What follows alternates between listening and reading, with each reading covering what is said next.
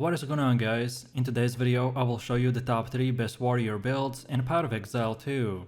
In this guide I will give you a quick overview of the best setups for both ascendancies, so Warbringer and the Titan. Then I will explain what skill gems and upgrades should you focus on. Then as well we'll see what is the best gear and how to get it for both the mid game and end game. And then finally we will go over the passive tree, attributes, your skill rotations, and even what Atlas passive should you use, so we would be able to get the highest damage possible and much more. And before we continue, thanks to the Time Saver. They are a pro website that provides POE2 services like cheap currency, custom builds, boosting and top quality items, orbs, and much more. They also have a lot of comments on Trustpilot, and this website is really worth a try. So make sure to check them out by using my link in the description.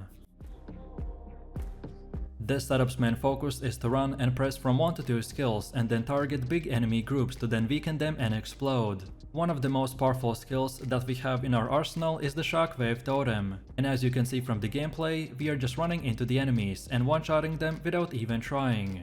Also, our ancestral warrior totem and the scavenge plating makes the most out of this by effectively extending the damage of this hit many times over, in order to kill big targets like the bosses or tanky rare monsters. Of course, like most melee builds, the armor explosion was nerfed, but our particular setup wasn't impacted as much as other melee builds, so currently this is by far one of the best warrior builds in the game.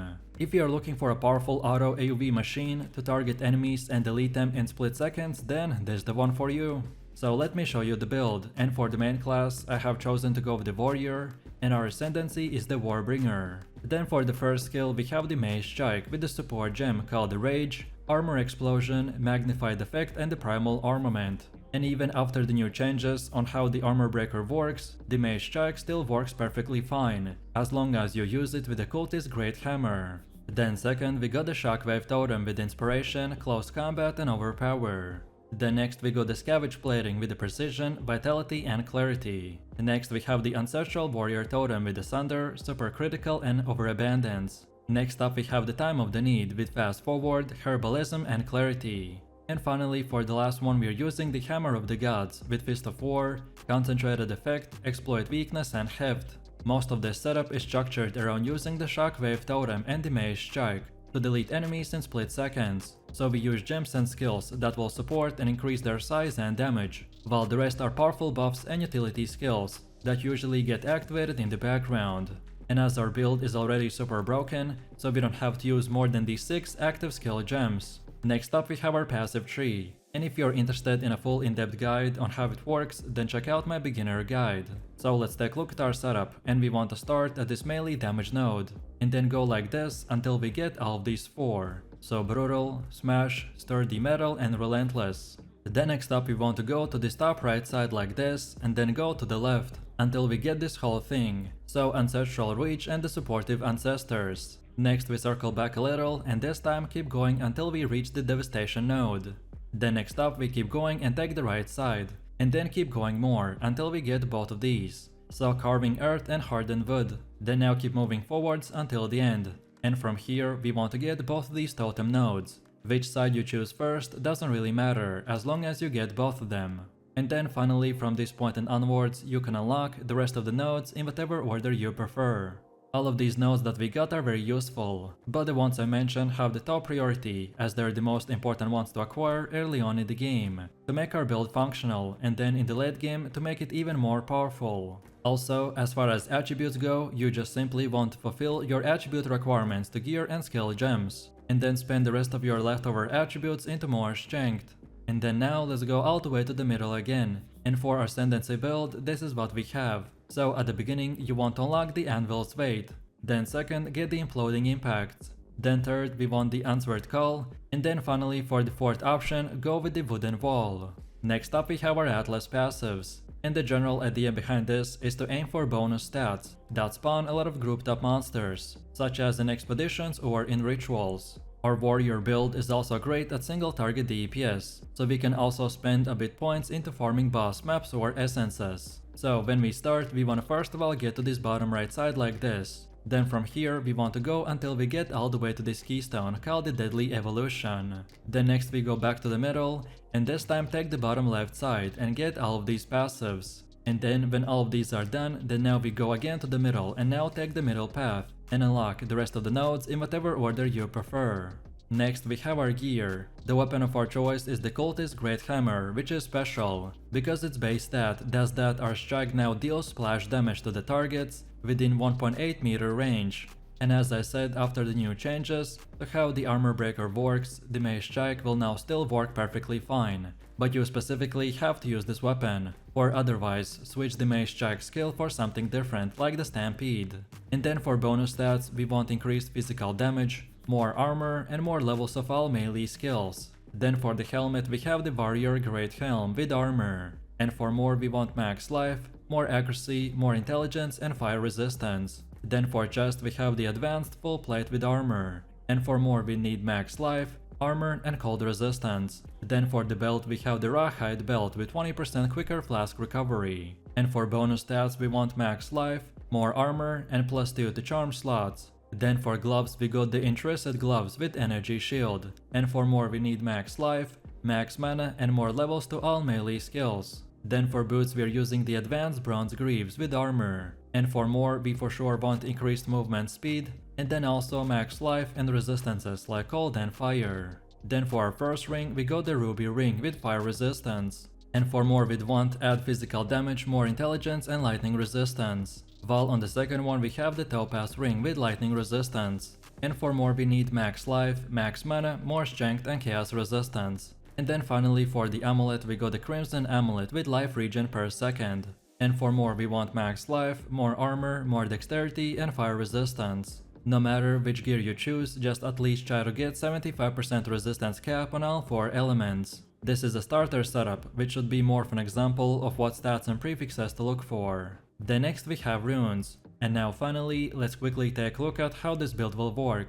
And to be honest, because of our setup, this build will be extremely powerful, no matter in what order you use your skills. But if you're interested in the most optimized damage rotation, then here it is. So for both clearing and bossing, you want to place down your Shockwave totem, and Ancestral Warrior, which is linked with the Sunder totem. And then you can also use the Mace Strike to get a bit of extra damage in, and then later to generate Rage as well. And finally, when you are at high tier maps and at the full endgame, you'll also be wanting to use the Hammer of the Gods on stunned bosses. But since it relies on having more than just plus levels to all melee skills on your weapon, so it might not deal as much damage for you as it does for other builds. And that's why our main objective will be to focusing on crazy AoE damage and less at single targets. This setup's main focus is to scale Ignite from our attacks and target big enemy groups, to then set them on fire and explode. And one of the most powerful skills that we have in our arsenal is the Hammer of the Gods, which does incredible amount of single target damage with no element penalty. So Ignite makes the most out of this, by effectively extending the damage of this hit many times over, in order to destroy big targets like the bosses or tanky rare monsters. Ignite effect does damage based on the size of the hit that has been generated. And of course, like most melee builds, the armor explosion was nerfed. But as our main focus is on fire, so our particular setup was not impacted as much as other melee builds. And currently, this is by far the best warrior build in the game. If you are looking for a powerful single target and AoE fire build, then this is the one for you. So let me show you the build, and for the main class I have chosen to go with the warrior, and our ascendancy is the Titan. Then for the first skill we have the Hammer of the Gods with support gems such as the Heft, Fire Infusion and the Primal Armament. Then second we got the Leap Slam with the Jagged Ground, Holy Descent and Fire Exposure. Then next we got the Bone Shatter with the Impact Shockwave, Execute and Eternal Flame. Next we have the Perfect Strike with the Window of Opportunity, Martial Tempo and the Fire Penetration. Next up we have the Infernal Cry with Premeditation, Corrupting Cry and the Dazing Cry. Then for one of the last ones we got the Seismic Cry with just the Enraged War Cry. Next we have the Stampede with the Aftershock, Momentum and the Magnified Effect. Next up we also got the Herald of the Ash with Vitality, Clarity and the Fire Mastery. And finally, for our last one, we have the Overwhelming Presence with Cannibalism and the Herbalism. Next up we have our passive tree, and if you're interested in a full in-depth guide on how it works, then check out my beginner guides. So let's take a look at our setup, and we want to start at this melee damage node. Then go like this, until we get the Brutal and the Smash nodes. Then from here we want to go up top a bit, and then get this Burn away. Now we go from where we left off and keep going until the burning strikes.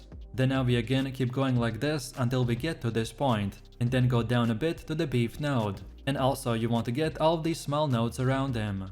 Next up, let's go back to the main path and keep going all the way to the end. And where the path splits, we first of all want to go to the right and take this big keystone called the Avatar of Fire. And also grab these two notable nodes called the Overheating Blow and the Fulmination.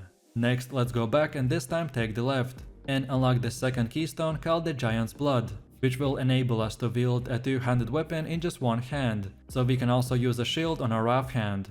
And then finally, from this point and onwards, you can unlock the rest of the nodes in whatever order you prefer.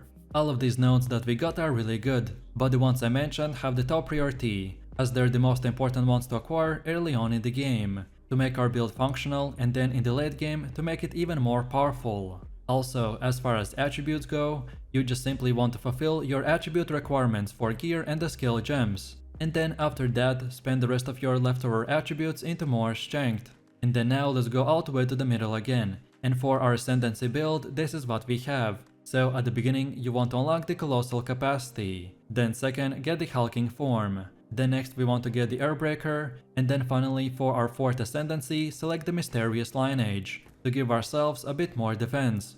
Next up we have our Atlas passives, and the general idea behind this is to aim for bonus passives that spawn a lot of grouped up monsters, such as in expeditions or in rituals. Our Fire Warrior build also is great at single target DPS, so we can also spend a bit points into the farming boss maps or the essences. So when we start, we want to first of all get to this bottom right side like this. Then from here we go like this until we get all the way to the keystone called the Deadly Evolution. And then when all of these passives are done, then now we go to the middle and now take the middle path and unlock the rest of the nodes in whatever order you prefer. The next we have our gear. The weapon of our choice is the Expert Forge Maul with the critical chance and the weapon speed. And for bonus stats, we want increased fire damage, increased physical damage, more accuracy, more strength, and leech percentages dealt of physical damage as mana. Next we also have the offhand called the Expert Brace Tower Shield. And for bonus stats, we want increased block chance, more armor, and resistances like fire and cold.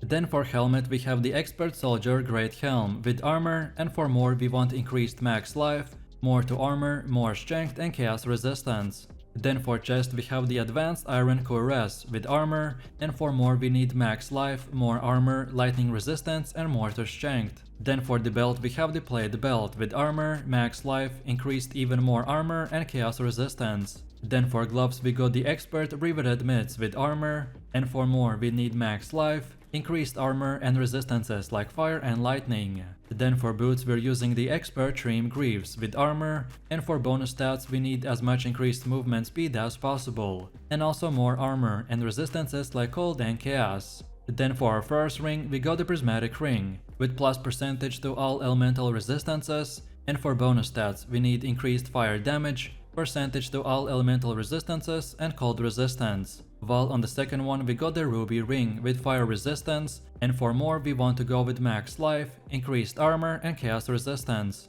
And then finally for the amulet we got the Gold Amulet with increased rarity found of the items, and for extras we got more to spirit and more to strength. No matter which gear you choose, just at least try to get 75% resistance cap, and keep in mind that this is just a starter setup, which should be more of an example of what stats and prefixes to look for. And now finally, let's quickly take a look at how this build will work. So our first AoE rotation is pretty straightforward, and you want to start by using the Stampede into the pack of enemies. Then use the Bone Shatter to clear up remaining targets that are primed for a stun. You can also use the Leap Slam as a mobility skill, or to prime remaining enemies and then activate the Bone Shatter. Or then, the second rotation is for bosses, and when fighting single targets, so you want to use the Perfect Strike to heavy stun them, then once the boss is heavy stunned, then cast the War Cry, Seismic Cry, Hammer of the Gods, and then the Perfect Strike for massive amounts of damage.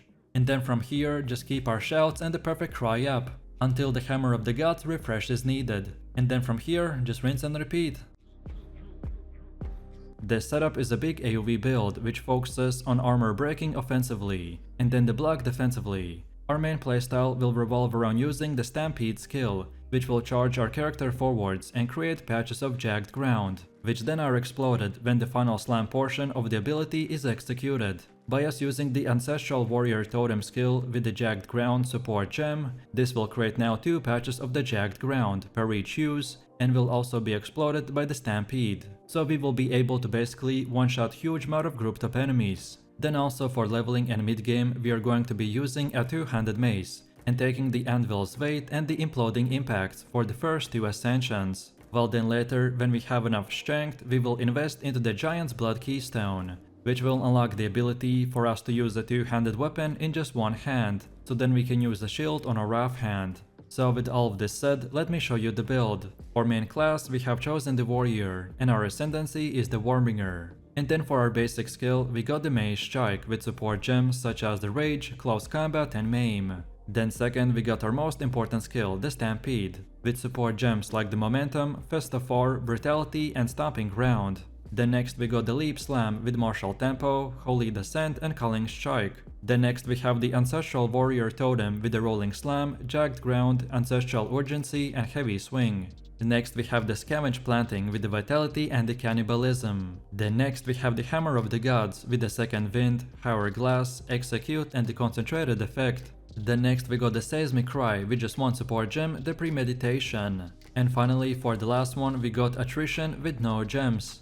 Next we have our passive skill tree. For most new players this can seem extremely daunting, but actually it's quite simple. In extremely simple terms, every character is granted 1 passive skill point every time they level up, and are sometimes even granted more from completing certain quests. In general, we have 3 node types, so small nodes, notable nodes and the keystones. All of them will act as checkpoints that you want to reach and make a path to build around a specific playstyle. So let's take a look at our setup, and we want to start at the melee damage node and make our path like this until the brutal node. Then next we take smash and make our way to the singular purpose like this. Then now we go back and take relentless for early game recovery. And then from here we again go back to previously where we left off and keep going forwards and then take the right path until we get to the resolute technique. Then now we go back where our path split and then we take the right side and make our way all the way to the Hail Heart. Also, while we are doing this, on our way we can grab the Spike Pit.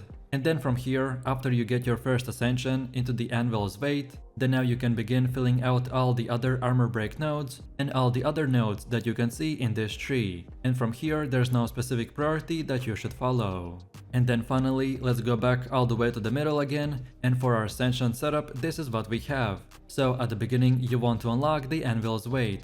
Then get Imploding Impacts, then now get the Renleesh Training, and then for the last one take the Turtle Charm. To simplify my decision making and so you could easier understand, then we wanted to prioritize the Brutal, Smash and the Singular Purpose nodes, as this will give us the biggest build upgrade, so we wanted to get them first. And then for the rest we wanted to invest into more recovery, more defense, and just more damage, which will make our character extremely powerful. In POE 2, earning skill points take a lot of hard work, so it will be wise not to spend your skill points recklessly. You can of course refine your passive points later, but only at a cost, so following a specific setup is extremely useful. If you're following this setup, then make sure not to deviate from it, as some of my decisions that I make might not make sense at first, but is going to definitely pay off later. So please use the exact same path as I have right here, and don't forget to check this video's description to find the link for this website, and this should make it easier to follow the path.